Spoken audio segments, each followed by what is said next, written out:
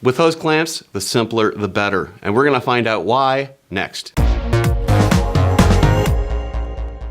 This video is sponsored by Dayco. Visit DaycoAftermarket.com for more information.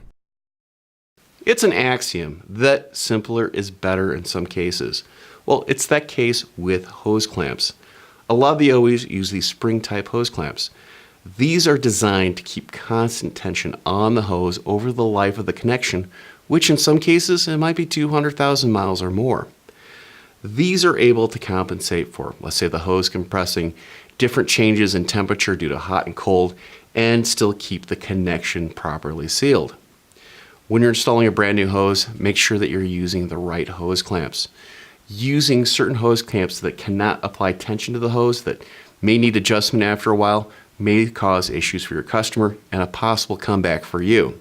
So make sure you're using the correct tools and the correct hose clamps, and you're going to have a leak-free connection. I'm Andrew Markel. Thank you very much.